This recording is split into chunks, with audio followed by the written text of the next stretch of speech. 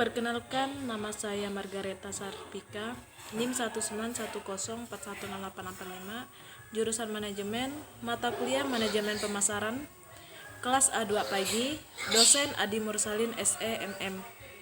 Soal yang pertama, sebutkan dan jelaskan minimal 5 strategi lini produk yang digunakan perusahaan dalam memasarkan produknya.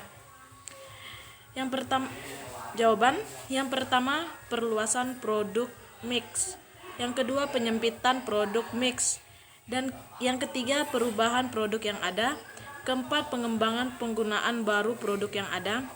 Kelima, penentuan posisi produk. Keenam, trading up dan trading down. Dan ketujuh, diferensiasi dan segmentasi pasar. Soal kedua, jelaskan tahapan-tahapan dalam proses manajemen pemasaran. Berikan secara sistematis dan komprehensif. Jawaban: berikut proses pemasaran secara sistematis. Yang pertama, analisis peluang pasar. Analisis lingkungan pemasaran penting sekali untuk meraih peluang-peluang dari setiap perubahan-perubahan yang terjadi. Yang kedua, meneliti dan memilih pasar sasaran dan upaya memposisikan pasar. Kisi-kisi produk atau pasar harus diperkirakan dari masing-masing kelompok pasar sasaran. Selain itu, perusahaan harus dapat mengembangkan strategi penempatan atau positioning strategi pada pasar sasarannya. Ketiga, mengembangkan strategi pemasaran.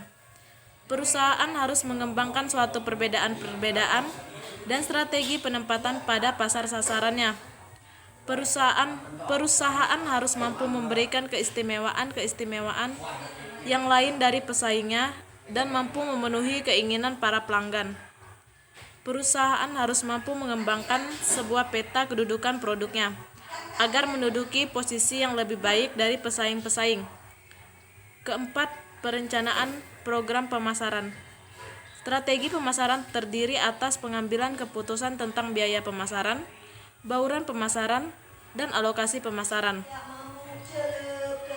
5. Pengorganisasian, pelaksanaan, dan upaya pengendalian pemasaran. Pengorganisasian berarti membentuk struktur, personalia pemasaran, dan menetapkan tugas secara jelas serta terkoordinir. Selain itu, bagaimana personalia itu dilatih, diarahkan, dimotivasi, dan dievaluasi. Manajer perusahaan juga menganalisa secara berkala profitabilitas nyata dari berbagai produk, kelompok pelanggan, saluran distribusi, dan besar pesanan. 3. Sebelum sebuah perusahaan dapat membuat strategi pemasarannya, perusahaan tersebut harus mengevaluasi kondisi persaingan, kondisi internal perusahaan, dan lingkungan eksternal. Jelaskan elemen-elemen internal dan eksternal market environment. Jawab: lingkungan internal pemasaran atau bauran pemasaran. Pada umumnya, aspek pemasaran meliputi kegiatan-kegiatan yang berkaitan dengan 1. Perencanaan barang atau produk, 2. Penetapan harga atau price, 3. Program promosi atau promotion, 4. Saluran distribusi atau place. Lingkungan internal non-pemasaran.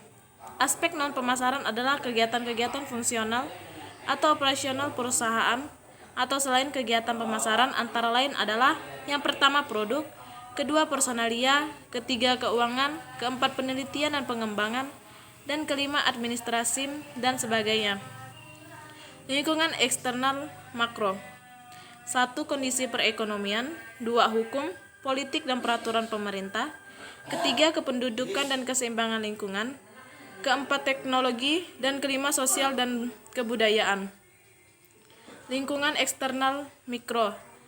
Yang pertama, pemasok, kedua, pesaing, tiga, perantara, dan keempat, pasar.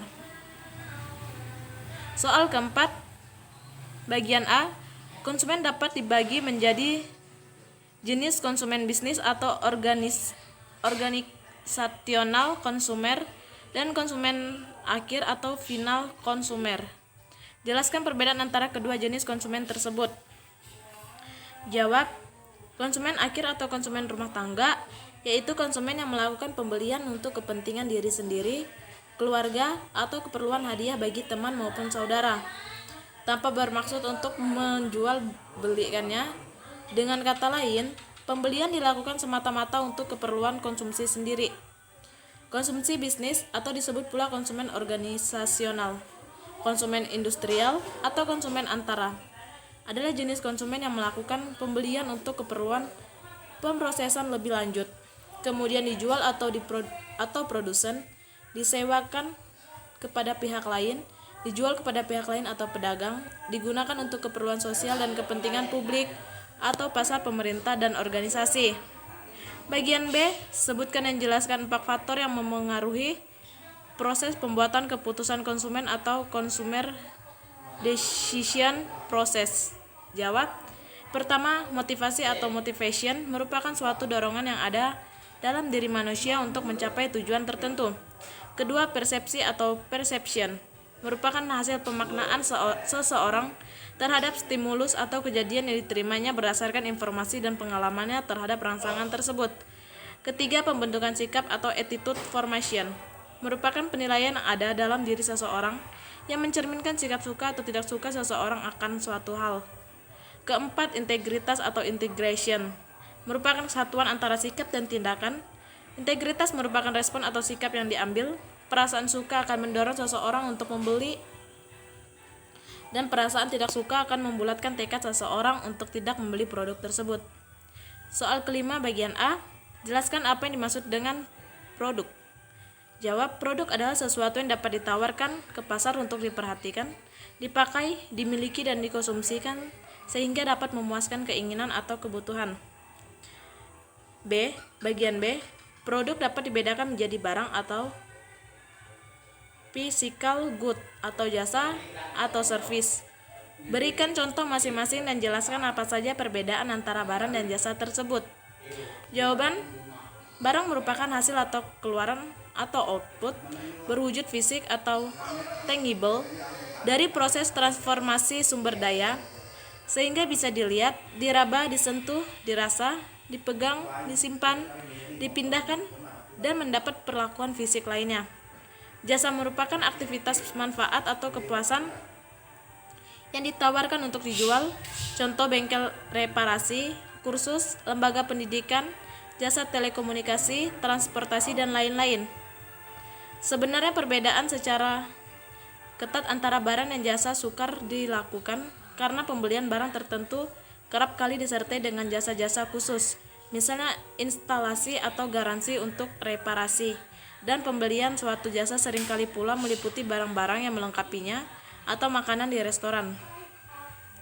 Soal ke-6, ada 4 tahapan dalam produk life cycle atau PLC. Gambarkan PLC tersebut dan jelaskan apa yang Anda ketahui tentang 4 tahapan tersebut. Jawab. Yang pertama, tahap perkenalan atau introduction. Dalam tahap perkenalan, barang mulai dipasarkan ke dalam jumlah yang besar meskipun volume penjualannya belum sesuai. Barang yang dijual dasarnya barang baru atau yang betul-betul baru, dikarenakan masih berada di tahap permulaan, dan biasanya ongkos yang dikeluarkan ini juga tinggi, terutama biaya periklanan atau promosi. 2. Tahap pertumbuhan atau growth. Dalam tahap ini, penjualan serta juga laba akan meningkat dengan sangat cepat, disebabkan permintaan sudah sangat meningkat, serta juga masyarakat sekitar sudah mengetahui produk bersangkutan. Maka dari usaha promosi yang dilakukan oleh suatu perusahaan tersebut tidak seagresif tahap sebelumnya. Ketiga, tahap kedewasaan atau maturity. Pada kedewasaan ini, kita semua dapat melihat bahwa penjualan masih meningkat serta juga pada tahap berikutnya tetap. Dalam tahap ini, laba produsen ataupun laba pengecer mulai turun. Persaingan pada harga menjadi sangat tajam, sehingga suatu perusahaan perlu memperkenalkan produktivitas dengan kreativitas model yang baru. Keempat, tahap kemunduran atau decline. Hampir di semua macam jenis barang yang dihasilkan, suatu perusahaan selalu mengalami kekunoan atau juga keusangan serta juga harus diganti dengan barang yang baru. Dalam tahap kemunduran ini, barang baru harus sudah dipasarkan untuk dapat menggantikan barang lama yang sudah jadul. Walaupun dalam jumlah pesaing sudah berkurang, namun pengawasan biaya menjadi sangat penting disebabkan karena permintaan sudah jauh menurun. Soal ketujuh, mengapa para penjual memberikan merek pada produk mereka, walaupun pemberian merek membutuhkan biaya dan risiko jika produk tidak memuaskan pelanggan? Sebutkan dan jelaskan manfaat pemberian merek. Jawaban, yang pertama, karena merek adalah janji penjual kepada pembeli untuk secara konsisten memberikan fitur, manfaat, dan jasa tertentu pada pembeli. Kedua, merek memudahkan penjual menelusuri masalah. Ketiga, merek memberikan penjual kesempatan untuk menarik pelanggan yang setia dan menguntungkan, karena kesetiaan merek memberikan penjual perlindungan dari persaingan. Keempat, merek membantu penjual melakukan segmentasi pasar.